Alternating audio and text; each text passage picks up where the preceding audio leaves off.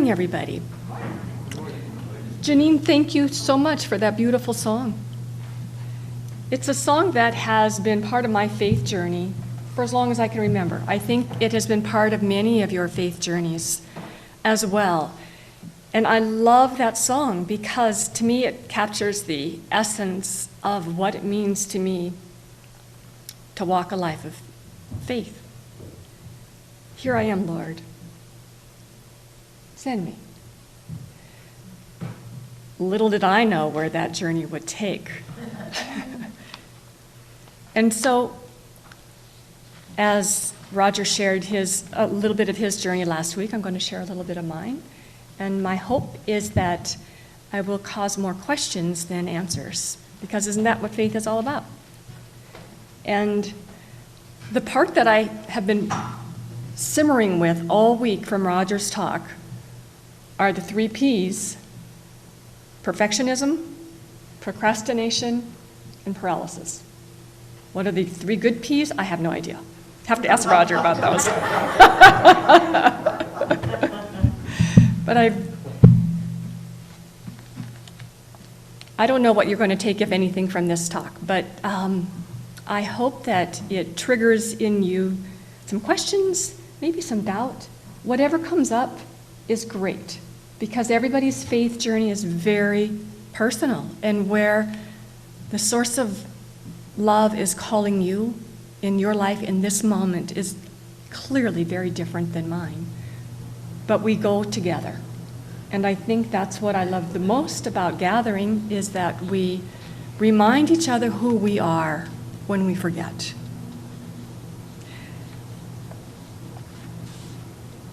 The definition of faith that has been one I've been working with for a long time comes from Hebrews: the assurance of things hoped for and the conviction of things not seen.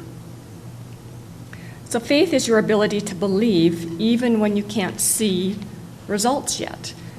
That's going to be something I come back to over and over. It's something we believe even though we can't see. It's something we're living into even though we can't feel it. Faith is becoming the essence of the magic of life. There are some formal stages of faith that I'm going to go through just briefly. Not going to spend a lot of time on this. Then I'm going to talk about the 2 sources that are most exciting for me right now in my faith journey: Joe Dispenza and the books from the late 1800s, Life and Teaching of the Masters of the Far East. Give some practical applications or challenges, and then end with our meditation.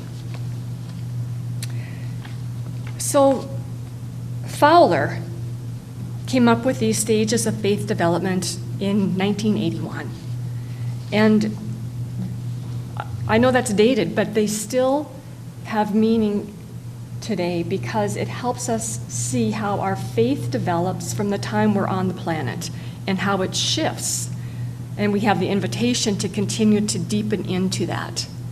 So the very first stage Fowler came up with was pre-stage, the part from 0 to 2, where faith is simply a connection between the baby and those that care for the baby, mom, dad. And there's no distinction. But the effects and the events of that baby's life go in like water into dry soil. There's no screen. And so whatever the baby takes in continues to affect us today. I'll say a little bit more about this as we move forward. This is true for every stage, particularly up until the ages of 7, 8, 9, when part of our brain forms enough to start being clear that I'm not the cause and the effect of every experience that I have in my life. So then the first stage is the intuitive projection faith, which is the preschool age kids. And this is when these kids are so much fun to watch, because they literally think the world revolves around them, and they have fabulous imaginations, and faith is still very much connected to The people around them, they don't know what faith is, nor do they need to. But what does matter is that if mommy cries, it's my fault. If mommy and daddy fight, I must have done something to cause that. It's those misperceptions that get so rooted in us that continue to become our work of growth and evolution in faith the rest of our lives. I'm just letting you know that there's these stages. It also can be when, if I'm funny, then mommy laughs. You know, there's positive things that happen here too, but much of our identity is formed in these very early years. From 6 to 12, we move into a mythic literal faith. It's just when we are starting to differentiate between fantasy and fact. Still concrete thinkers, but they have fabulous imaginations. So faith becomes about the stories that are told, the rituals that are practiced. Now, if you think about this in 1981, that's very different than where are stories and rituals practiced today? Well, a lot of TV, games, school. It's different for the majority of people, but still just as impactful on the formation of faith and how the external world impacts our internal world. Third stage, adolescence. Having the ability to understand that other people have feelings and perspectives that matter. Religious authority is mostly outside of us. A lot of people choose or get stuck, or however you want to say that, at this stage where we give our authority to other people even though we might resist it. Then we go through a phase where we start questioning what we were raised with, what other people have told us, what the important people are. This is so important that we have to doubt what we've been fed before we can take it out and choose whether or not we want to keep it or let it go. Finally, we move into a stage of faith around our early 30s where we feel comfortable and solid in who we are and what we believe. This is oftentimes when we start looking for other people who share those beliefs.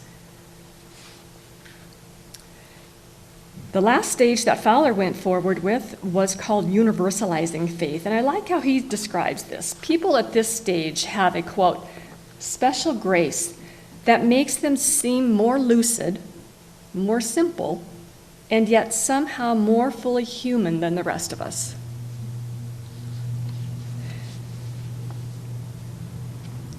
So I would say this is a very inconclusive, like any kind of a category. This is inconclusive, but it's a beginning point, just to recognize and own that our faith develops over time. And to recognize that many of the beliefs that have now become unconscious for us were rooted in whatever our experience of faith was very early on. And we don't even know those are inside of us until we meet some kind of resistance. An example of what I'm talking about here is for those of us who were raised in a Christian background, now professing the belief of our 5 principles, the teachings of the masters of the Far East and Joe Dispenza, I can claim for myself, it really has taken some work to say, I am God. I create my reality. That comes up against every belief that I was taught that Jesus died for me and that I owe everything to him. Some of you recognize that, some of you know that. Some of the others of you in here I love grew up with a very different background. And so your beliefs and what triggers you, your resistances are very different from mine. But I know that we all have resistance to certain aspects of our faith that we're striving to live and implement now. We can call those the workout room.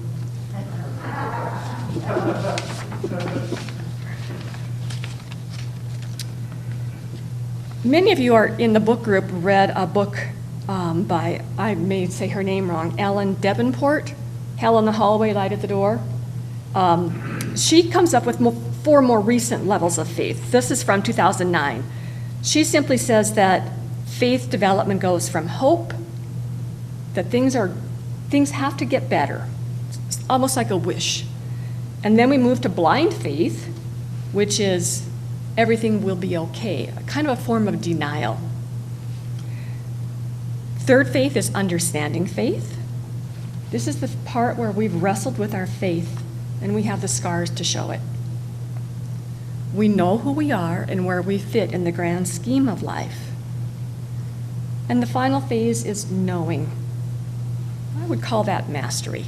I think that's what we're all here striving for, where we're solid in our faith and have no need to defend it or push it on anyone else. Now, mastery is a lot more than that, but knowing only develops after wrestling. We can't skip any of these phases of development, though we can go back and forth from all of them. Faith evolves as we evolve. God doesn't change. We do. So faith is the key that unlocks the gate to the path of mastery. It's consciously choosing to let go and to keep growing. Letting go of past beliefs, stepping into the unknown. It has to be unknown if we're going to grow.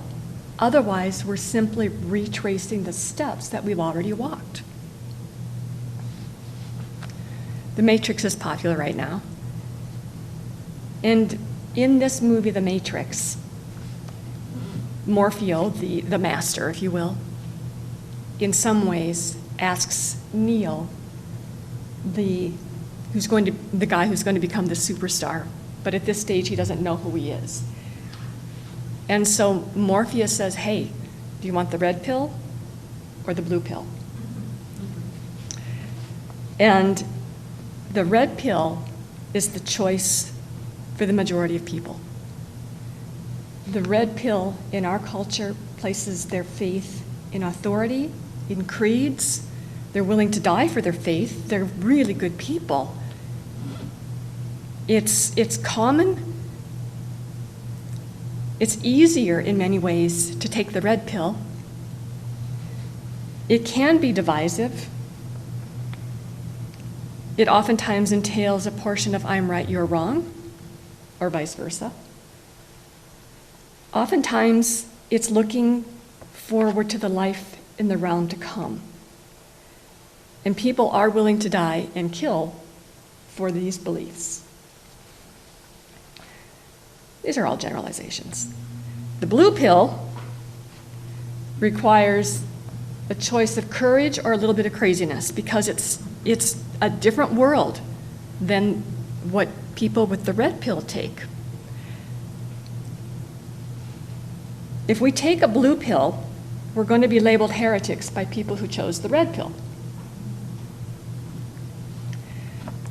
It's guaranteed to bring up all our fear tied to breaking those beliefs we formed when we were incapable of abstract thinking. Everything that made us familiar, made us fit in. If we grew up in a family that took the red pill, for us to take the blue pill is really scary. And our faith demands nothing less of us if we choose to continue growing. This is the future. This is the new paradigm I think. Everybody here, I believe, has taken the blue pill because to walk through a Unity church door is already stepping outside of mainstream. We're already on the wild ride. We're going forward, one moment at a time. Mastery lies in this moment. What is mastery? I would say that it's moving from the perspective that we're a victim to the perspective that we truly create our reality. We say that, we know that. Gosh, it's hard to do that. Yeah. Each of us is very much in control of our life and everything we're experiencing. We've created it on some level. And each of us has an entry point that our soul chose, and each of us has an exit point that our souls chose. So there are some things that we don't consciously know or understand, but the point from A to be, entry to exit. We're creating all of that. Thank you. Mastery is taking what's within us, our divinity, and expressing it outside of us, knowing there is no us. Jesus said, according to the Gospel of Thomas, "If you bring forth what is within you, what you have will save you. If you do not have that within you, what you do not have within you will kill you." Now, we could spend a lot of time talking about those two sentences. I'm not going to do that, but I am going to say that in this context, what I mean, and the reason that I shared that, is that there is perfection within us. We are created in the image and the likeness of God. And it has been our beliefs of separation, our beliefs of fear, our beliefs of pain, our beliefs of grief, all our beliefs of resentment, everything that is catabolic or negative pulls our energy down, that separates us from the reality that there is a spark of God within us. And this path of mastery in our faith is becoming aware of those thoughts moment to moment so that we can shine a light on them, bring love to them, and then bring forth more, a little bit more of the Christ within us.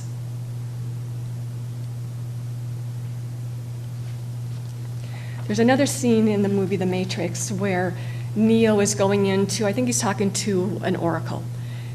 And there's a little bunch of little children. And this one little child is bending spoons. You guys ever seen anybody bend spoons? I've been fascinated by that for a long time. I always thought to bend a spoon, you have to really focus and concentrate. Now, I have not bent a spoon. Actually, I have not tried for quite a while. But anyhow, what the little boy says to Neo as he's walking through is, there is no spoon. There is no spoon. This taking of the blue pill and waking up to our divinity and the divinity all around us and that we are creators requires us in many aspects to believe there is no spoon. What do I mean by that? Illness. In order to pull forth wholeness within us, we have to believe there is no illness. We do still take what we do, the matter-to-matter stuff. I'm not suggesting that we just pretend it's not there. But in addition to doing all the matter-to-matter stuff, all the doctors, all the chemo, all the whatevers, we have to also keep in mind that there is a part within us that is already perfect and has already experienced wholeness. Then we live into that. Does that make sense? Is that confusing? Okay. There is no spoon. That's one of my mantras lately also. To look beyond the perception of the separation. Look beyond the problem. There's another way to see it. So mastery is an inward journey that changes everything about life. We literally become new people. We are not these personalities out of which we've created the problems and the challenges that we're dealing with now. There's a certain, I have to stay on target. I get excited about this stuff.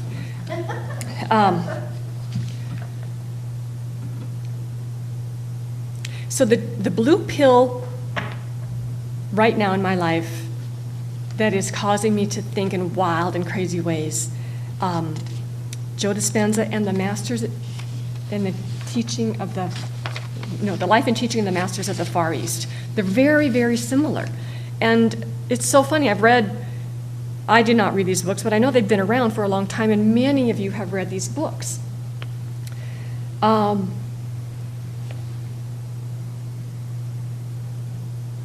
What excites me about the life and teaching of the masters of the Far East is that we get to be shown what it looks like for people human beings like us who have taken the blue pill and have lived a life of mastery. They read so fast. I'm reading, there's 6 volumes, I'm going back through them for the second time. And there's like a wild adventure story. It's like Indiana Jones, but for faith people. And, and the stories are wild about, there's bilocation, there's healing, there's multiplication of loaves, it's all manifesting. And I used to believe that that was just allegory. But I've seen things through my work with Joe Dispenza and going to the events that have blown me away, that I now am very open to the possibility that manifestation is real. We just haven't fully experienced it yet.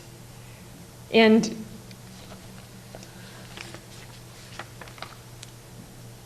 so the real challenge for me, and I invite you to consider that it might be a challenge for you too, is where are we limiting ourselves? Where are we focusing on the spoon instead of pulling back and saying, what can I create here?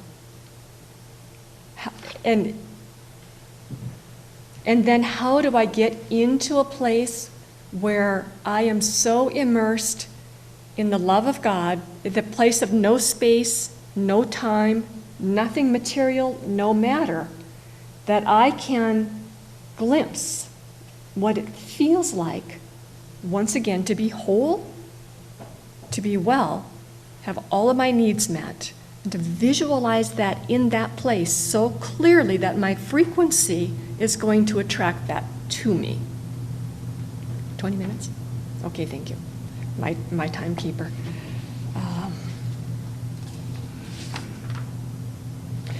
I want to just share really short stories, okay? I know that I'm leaving a lot out here, but that's what I said. I wanted to just kind of whet your appetite so that if any of this is exciting to you, there's lots of resources to dive in deeper. When I was at Cancun, I know, tough place to be, but in December, I witnessed some things at this Joe Dispenza. He calls these events, when we all gather together, that's Joe Dispenza's, it's his monastery. It's called Leaving the Monastery. It's a new way of being church. And there was a woman who had been diagnosed with stage 4 cancer. And she ended up telling her story about how she was healed. I'm not going to go into that, we don't have time. But what I saw was also there was a young man who I saw on the beach. People would be helping him walk at certain times. We did walking meditations frequently. And I noticed that this man was being assisted in walking. And there would be times when I would hear people cheering and clapping for him. And I would also see a wheelchair. I didn't know his story. There were 1,700 of us. Toward the end of the retreat, he gave his story. Come to find out, he has ALS, Lou Gehrig's disease. And he had been in a wheelchair and doing the work. It's Joe's work. I'm not saying Joe's work is the answer. I'm just saying it's one way to experience a new way of being when you have taken the blue pill. There are possibilities of manifesting that he teaches that I haven't found elsewhere, but I know that they're out there. And so this young man did the meditations and the work of Joe, and he ran 2 half marathons after being diagnosed with Lou Gehrig's, after being in a wheelchair. Without coming to any sort of a retreat, he did that on his own with the work. Then he fell into a place of fear, lost his job, wife left him, all the usual hard stuff of life. He ended up back in the wheelchair. And when he was at the resort, he was starting to once again be able to walk. Where his story is going to go, I don't know. But just to see things with my own eyes. Another woman who couldn't walk arrived on one of those knee scooters. By the end of the retreat, she was carrying a cane. So I've seen things that I can't explain and certainly don't make sense. I've also had good friends who did the same work, but ended up leaving their bodies. So I don't pretend to know all the answers. I'm just intrigued and curious about what's possible. So I hope that all of you are intrigued with what's possible. There's so much exciting stuff happening in this new paradigm. We've all taken a blue pill. Let's help each other live beyond what we thought was possible. Let's help dream a bigger dream and then do the work to live it. It's demanding of time. You're not going to do it I'm not going to do it without changing aspects of my personality, my beliefs, and spending quite a lot of time in that lovely place of communion with God that I only can find in this particular way through meditation. So we're going to wrap there. Janine, are we doing a song for meditation? Or? Just do it, and then you'll go into. Sure. Yeah. I chose this song to really hear on a deep level, in a way maybe that you haven't considered before, that you are God, and you are capable of far more than you may have given yourself permission to consider. And we're one.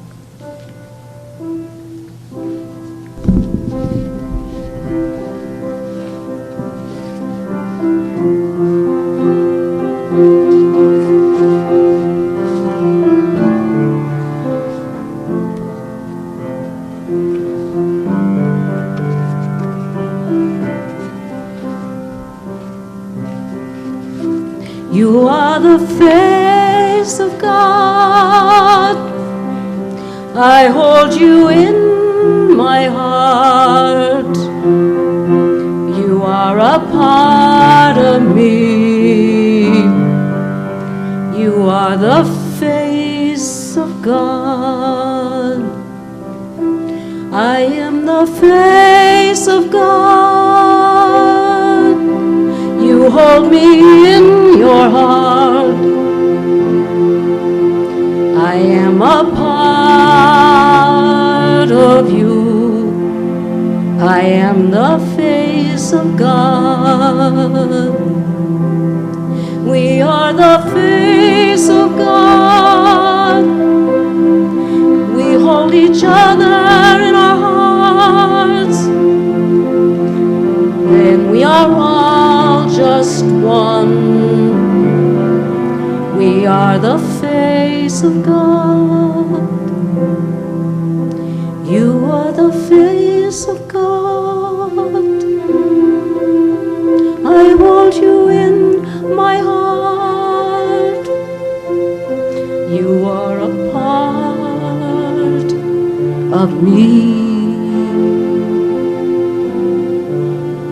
You are the face of God.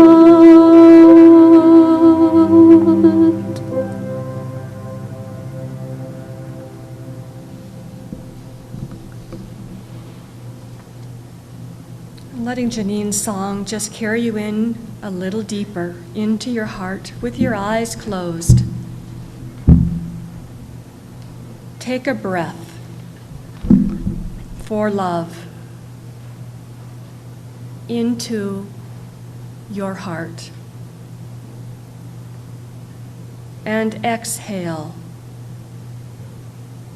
and relax into your heart. Feel it. Notice it. Your heart. And breathe a little love into your heart. And exhale. And relax into your heart. And breathe in for love into your heart. And exhale and relax. And let a little more love into your heart. And breathe for love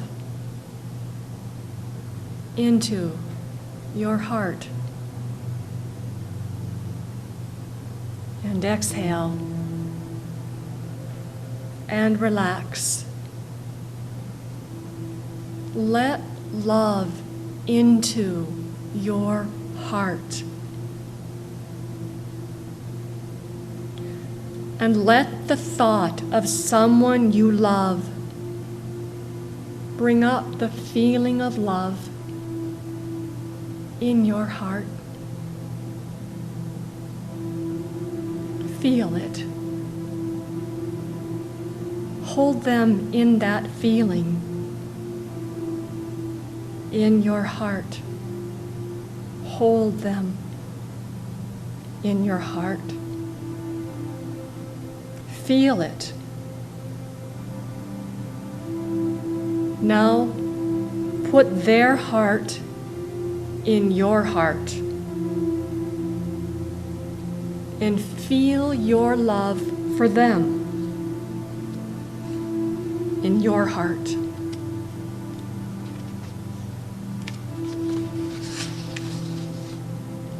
That's your love you're giving them in their heart. That's energy in your heart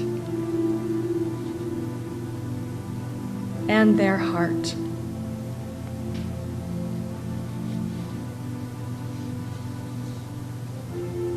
Feel it in your heart.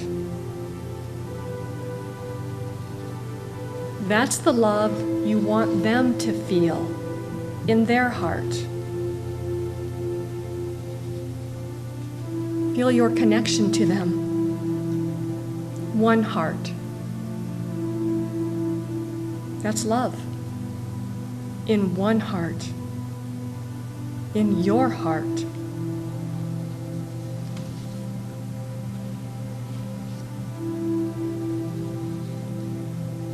That's a little more oneness in your heart. That's your connection to love. That's the feeling you want people you love to feel in their heart. And remember this feeling. Know it by heart. That's life in your heart. Who do you want to be when you open your eyes? In your heart. Feel it with your heart. And when you're ready, open your eyes and come back to this realm of space and time with that love in your heart.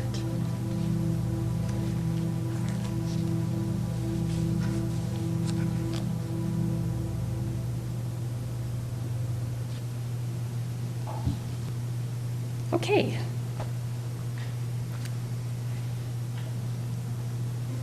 In closing, let's pray together our prayer for protection. The light of God surrounds us. The love of God enfolds us.